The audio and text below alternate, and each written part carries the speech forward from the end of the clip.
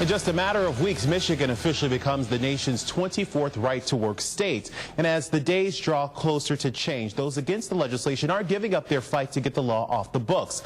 Our neighbor, Indiana, has been right-to-work for exactly 1 year this month. How has the law worked for them?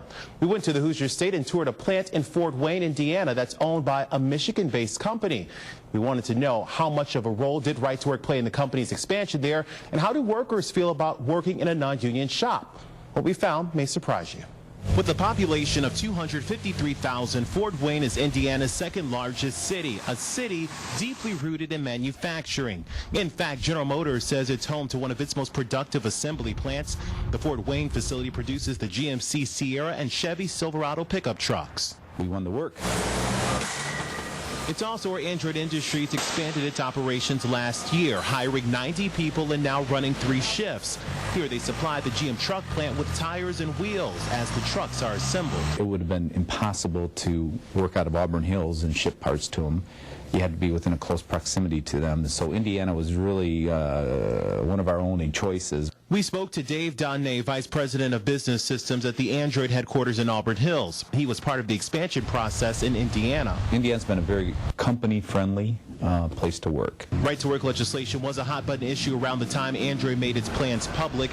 The Indiana Economic Development Corporation even listed Android Industries as one of the companies that chose Indiana because of the legislation. The decision to go where we are today, locate where we are in Indiana, is driven by a lot of factors. The main one was our customer. When there's a TPM on it, it's going to stop. Android has operations around the world. In some plants, workers are represented by a union and others are non-union, like in Fort Wayne.